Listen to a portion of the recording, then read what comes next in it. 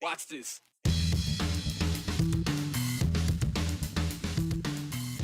Safe to say, school boards across Idaho have taken the brunt of upset parents during this pandemic. It has certainly had its effect. Board members, having had enough, walking away. Another one stepped down last night after 2 years in the often volatile West Ada school district. Arrested in Idaho? Your mugshot likely available for everyone to see, whether you're guilty or not. One lawmaker wants to change that, specifically for those under mental duress. You know, we're losing World War II veterans by the hundreds each day, which is why it's worth celebrating those who are still with us and celebrating milestone birthdays. After 22 days of spiking COVID cases because of the highly contagious Omicron variant and hospitals filling up too fast with many staff members home because of exposure to COVID and a nationwide blood shortage, well, Idaho is now back out of crisis standards of care. It wasn't a statewide situation like last fall, just hospitals within 3 health districts in southern Idaho. And only St. Alphonsus health system was actually operating under crisis standards for that time. In that time period, though, we hit our highest hospitalization numbers across the state. 245 Idahoans died from COVID the last 3 weeks. And last week, the Department of Health and Welfare said we hit our peak in late January when it comes to Omicron. Today, they say we are at a level where we can deactivate those standards. Now, that doesn't mean we are back to normal. Rather, things are improving. Our blood supply level isn't as critical. Hospital staffing is getting back to numbers, to better numbers. And some hospitals are still using contingency plans, and it could be some time before they are able to return to normal. So stay tuned. Well, some would say the pandemic has brought forth another crisis, the one happening in our schools. We've talked about this before. Half of Idaho's teachers have considered quitting this past year, according to a poll from the state. And we've spoken to a handful who have quit because of the workload, the low pay, and the lack of respect. That sentiment has also extended to local school boards. And we've seen the videos, parents screaming at board members in public meetings, even here in Idaho. In fact, last fall, the Coeur d'Alene School District, seen here, the Board of Trustees meeting had to cancel a special meeting when they were going to discuss mask mandates after an angry mob swarmed the building and tried to get in. They were worried for their safety at a school board meeting. This morning, Reuters put out a story where they found more than 220 threatening and harassing messages sent to school board members across 15 states. A lot of them serious enough to report to police. Many of those members resigned or didn't seek re-election for fear of their safety or their family's safety. And yes, that has also happened here in Idaho. Oh yeah, we love our educators, right? But you'd be hard-pressed to prove that with the way some of them have been treated over the last year and a half. Here is a short list of notable resignations from high-profile education roles in our community. You can see the list there, kind of small, but let's just name out a few of them, like the West Ada Board Chair, Ed Klopfenstein, to name a few. Middleton Superintendent is also on that list. We've got a West Ada Vice Chair, a couple other West Ada members. 3 of those resignations, by the way, came within the last month. 4 of them from the West Ada School District alone. And there's one more we can add to that list. Amy Johnson, trustee from the West Ada School Board. Johnson, one of 3 trustees who have been on the board since the beginning of the pandemic, resigned last night during their meeting. Her reasons line up with what we've already described: harassment and threats over her input on COVID policies. Joe Paris sat down with Johnson, who shares her thoughts on serving during a volatile time and why she's stepping down. I thought as the November elections played out and then as we took over as a new board, some of those things would stop and it would go away. But what happened was, even in January and February, those things didn't really stop. People just couldn't stop attacking or harassing, and it got worse and it got more private. After months and months of threats and harassment, West Ada School Board member Amy Johnson finally decided it was time to walk away. She says, though, she walks away knowing she and the board accomplished a lot, despite the pandemic. I really felt like I had gotten a lot of the things that I had set out to run done, and now there was this huge risk and harassment of my employer and threats against my children, and it just seemed like it was a good time to step away. If you're comfortable, I'd like to get into a little bit of detail. Like, these are not benign general threats, we're going to get you. Do you ever feel you're in danger because you were trying to just serve on a school board? Yeah, we had board meetings where we actually had, after Commissioner Laciando had people show up at her house, we had some school board meetings where we had Meridian PD actually drive by all of our houses and make sure there wasn't any protesters. I had a threat made against my children around hoping that they killed themselves, and so I had to sit my kids down, and we actually worked, my family helped. We dropped them off at school and picked them up. They used to walk home from school. Trying not to make them fearful because I don't want them to grow up in fear, but also wanted to just make sure they were protected, right? I didn't know what was going to happen. This was an anonymous person. They could do anything. It's pretty easy to get information in Idaho. So, and then from my employer standpoint, I mean, I have posts from people on Facebook saying, let's see how far we can push Amy to her breaking point. Let's protest at Blue Cross. Let's bring them in. They won't like the negative publicity. They'll force her to resign. That was their strategy. And I've never in my life, in 20 years in Idaho, seen somebody's strategy be to attack a public officer's employer and go after them and bring their name through the mud just because somebody serves on a school board. I mean, it's just crazy. Johnson says she totally understands the stress and anxiety the first year and a half the pandemic brought to school parents. She understands, Johnson says, she's a parent too. But she explains, more recently, something changed. The last 6 months have been just about hate and discontent and attacking and slandering and harassment with no factual basis whatsoever, none. There is nothing. And I'll kind of be candid here, even the news media didn't go actually validate some of this information. I mean, and still printed it. And that's not helping the situation either. So, we all have to play our part. I think the silent majority has to step up. This kind of behavior is not Idaho. It doesn't represent Idaho values. It's not freedom. This is not creating freedom. This is about treatment of people. And in Idaho, we treat people well. We're respectful of each other. We're respectful of our neighbors. We care about our community. That's the Idaho way. And if you can't be that way, don't come here. Did you ever have a thought that, you see all these people resigning for this, about the same reasons as yours, and you ever thought, I'm not going to resign, I'm just going to push through and it's going to be hard? Did you ever have that thought process and then finally get to the point of, okay, I understand, it's not worth it anymore? I always said I had two non-negotiables, threats made against my kids and threats to my livelihood for a volunteer position.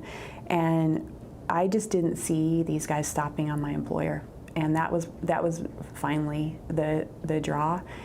So I do hope Idaho will take seriously that this kind of threat's not something that we should allow or tolerate, and that we need to change the laws in order to stop employers from being harassed for nothing. I mean, they're not even involved at all. Johnson began serving in January of 2020, right before COVID hit. Now she walks away in a much different world in February of 2022. But Johnson says she's not done working in education. I'm not stepping away forever. I'm not even stepping away from West Ada. I already was talking to him today. But to step away, find out how to really work with the legislature and some other folks and stop what's happening to not just me, but other school board members, other local leaders, other legislators, even staff. I had some emails from staff of prominent congressmen who said they feared for their lives at times when they worked for their staff. And that kind of harassment's just not Idaho. It's not who we are. And we got to stop. And so I figured I'm going to want to change my transition to that, knowing that the school board and Dr. Bub had things really under control here. It's not Idaho, and frankly, it is cowardly to go after a school board member and her family. And it has run rampant across the country. And again, it has happened uncontrollably here in Idaho, which is a shame. And she mentioned legislation, Joe. What are we talking about here? Well, you may remember last year, Representative Greg Cheney of Canyon County, he had brought an idea to the State House after there was protests and threats at his home in Caldwell. And at that point, Representative Cheney and other lawmakers talked about making it a crime or making it some kind of violation to go to a public official's house, get on their property and, threaten them. Right.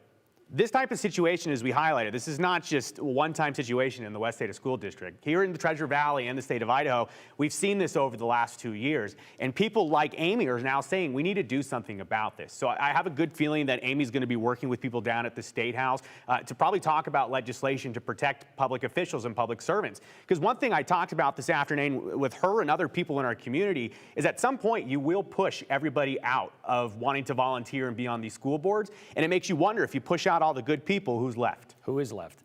I have to ask this because it's been brought up by several people in our community. How much of this, when it comes to school boards and the stress that they're under, can be laid at the feet of Governor Brad Little? Because from the very beginning, he said these decisions are going to be made at the local level. And instead of making any sort of state mandate, which we have yet to see, which some people are very much in favor of, handling it on a local level, case by case, how much of that, though, could fall on his responsibility? Well, if you talk to people privately across the state, they say that they feel like the governor put them in a tough situation because they are fully honest. School districts were not equipped to deal with the health crisis and also run public relations with parents that were threatening teachers and school board members. So there is frustration with the governor's office, but at the same time, what does the governor do about this? He's asked people to treat teachers responsibly. He's invested in education. It's a tough situation, and I know there's frustration across the board, but people like Amy Johnson are now trying to get involved to make a change. We'll see what that change looks like. All right, maybe it could happen. Maybe not this session, but a future session. It possibly could come up. All right, thank you very much, Joe. Well, speaking of legislation, some committees at the State House trying to make a mad dash to get bills printed and heard before the window closes for the year. Last Friday, the House Judiciary Rules and Administration Committee met for about, 3 minutes, and they printed 15 bills, most of which weren't even heard. But one piqued our interest for a number of reasons. First one is, we first talked about it last fall after KTVB announced and updated our mugshot policy. Representative Brooke Green reached out to us then and commended us on it, told us why. She said a friend of hers took her own life 2 years ago, and Representative Green was convinced it was because her mugshot was made public. She also told us then she hoped to bring some sort of legislation to change that, and now she has. Green's bill will prohibit law enforcement from releasing mugshots for nonviolent misdemeanors that ultimately result in a mental hold. As we said, this bill is a personal one for Representative Green, something she hoped to address the session after she lost her best friend. She ended up backing off that year, but Katya Stepovic finds out why Representative Green brought it forth this year. While 2 years ago, I put it on the sideline this year, and personally, I have enough courage to bring it forward this year. And she did. Friday, Representative Green introduced House Bill 620, a piece of legislation that would, quote, protect the booking image of an individual who, within 24 hours of booking, had been detained or hospitalized for a mental purpose, provided that the crime was a misdemeanor not involving assault or battery, prohibiting law enforcement from publicly releasing the mugshot for a person involved in this kind of incident. It's a provision to enable and to provide for these individuals an opportunity to get help. The last thing a lot of these people want is one of their worst moments, especially a moment in which they may not necessarily recall, captured in film. And so I think it's one step forward in ensuring that we're putting the appropriate provisions to allow those folks who, because of their mental illness, found themselves entering the judicial system through this way, the means and the mechanism to go ahead and get the help and the privacy. A moment captured of Jessica Harrison in 2019, Green's best friend who battled with mental health struggles and died by suicide. And sure enough, when she did enter the system, and as a result of being arrested for trespassing and disturbing the peace, her mugshot was out there, and it became entertainment for the nightly news that night. And my best friend's worst moment became everybody else's entertainment. Green says Jessica is the reason that she had the courage and passion to bring a bill forward just like this one. She wonders what the outcome would have been if this bill were in place before Jessica was arrested. If this bill was in place when Jessica found herself arrested, it would have given her the dignity and the privacy to get the help, and that image would not have been disseminated or made available via public record. So her moment in time, her worst moment in time, would not have been everybody else's entertainment. And did she ever share with you her thoughts or, emotions that she went through when she realized that picture was made public? She shared with me, that just in general, that she doesn't know how she's going to get out of this, like how she's going to recover from this. And Pardon me. And, you know, if it would have given her the ability to have privacy, then maybe the outcome would have been different. The least we can do is recognize that, you know, mental illness is not a crime. And any steps that we could put forward to ensure that we decriminalize mental illness, this is one baby step in which to do it. And if anyone is experiencing thoughts of suicide, it is so important to remember that there is help out there. A great resource is, of course, Idaho Suicide Prevention Hotline. Now that number is at the bottom of your screen. Brian. Katya, it's worth pointing out that we did not share Jessica's picture when she was arrested those 2 years ago, but it was about last fall, as you mentioned, that we changed our mugshot policy when it comes to cases like that. Yeah, and we did. And there are several instances in which we will opt to use a suspect's mugshot, including but not limited to these things. And that includes an immediate threat to public safety, a closed case or prior conviction, a case involving a public figure or elected official, and a case KTVB will follow from start to very finish. And KTVB's new mugshot policy, that's been in place since September. Brian. All right, thank you very much, Katya. I know Representative Green, when we spoke to her last fall, was talking about maybe even just putting a delay on this. So we'll see how this bill advances, if it does. Thanks, Katya.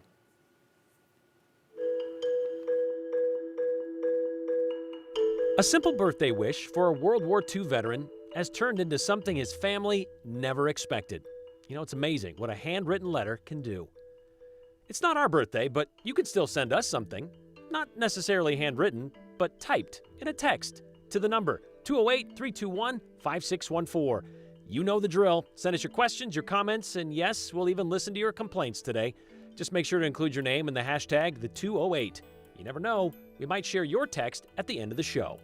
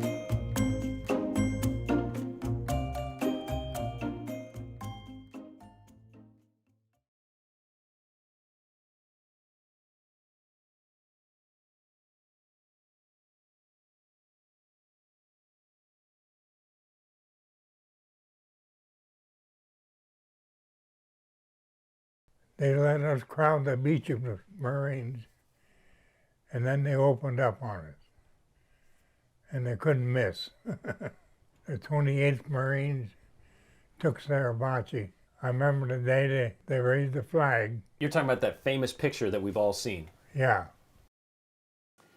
Yeah, that is Marine Corporal Don Brown describing his experience in the battle for Iwo Jima in 1945. Don joined the Marines the year before, out of Sioux City, Iowa, at the age of 17, with his mom's approval, of course. Don turned 18 on February 16th, 1945, 3 days before that battle began. Well, tomorrow, Don turns 95 years old. Don lives alone here in Boise, so his daughter, who lives in Montana, put up a post on an Iwo Jima survivors Facebook page about 3 weeks ago. She wanted to do something special for her dad's big day. And just said, hey, my dad's going to be 95. It'd be really cool if he could get some cards. Because normally, you know, Dad will get a handful of cards on his birthday, but so many of his friends have already passed away. I explained that, you know, that you're going to be getting some cards, but I didn't think it would be this many cards. We're up to 124 cards from 33 states and Washington, D.C., 2 from England, 1 from Japan, and a handful of handmade cards from students in junior high classes. It's been a real surprise. Yeah. And he's loving it. What do you think about getting all these cards, Don? Well, I think somebody's thinking of me anyway, and I didn't know any of them. He doesn't know any of them. The mailman has dropped off at least a handful of cards every day for the past few weeks. He dropped off 8 more cards today while we were there to bring the total so far to 154. In the comments of that post, there was another man who mentioned his dad, who lives in Boise as well, and is also an Iwo Jima survivor. He turned 100 on February 10th. So there are a few of them out there, but not many more. As we mentioned, tomorrow, Don turns 95 years old. And to celebrate, we'll have more with Don and his daughter and his cards on the 208 tomorrow.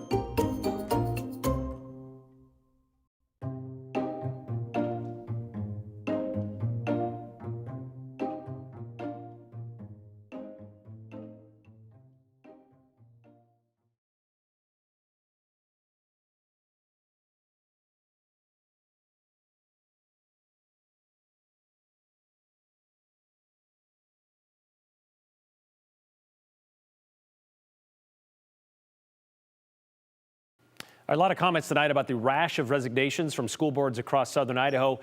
The latest one coming last night with Amy Johnson resigning from the West Ada School Board. This is what Tim says. Why are the people who are threatening our school board members not being arrested? It's not okay for them to feel unsafe. Well, many times those are either not direct threats, possibly, or made anonymously. And unfortunately, hard to catch those people, but it is happening. It's a fine line between free speech and a threat. Why are Idaho people allowing the few to run the conversation? Stand up, Idaho, for your freedom of speech, but prosecute to the fullest point of the law. That one came in anonymously. Governor Little's stance on local control versus statewide mandates is consistent with Idaho's values, says Jane. And you're right, Jane. A lot of this stuff has been pushed off to local control, whether it be counties, cities, school boards. But we also have to deal with the consequences of that, and a lot of people think it may have gone too far. When these people who volunteer for school boards have to resign out of fear for their safety, the cowards who send those threats feel like they have won. That is what is really sad, asks Jim in Boise. It's funny. We suspend students for bullying. Why can't we suspend/jail parents for the same thing, asks Larry. A lot of fine lines there as well. Yeah, it's kind of a thing where we practice, do what we say, not what we do kind of thing, maybe, possibly. We need to stop saying things like, this isn't Idaho. The sad fact is that bullying, harassment, threats clearly are Idaho. How are we going to change it? Very good question. We're going to have more from Dawn tomorrow, hopefully lift our spirits a bit.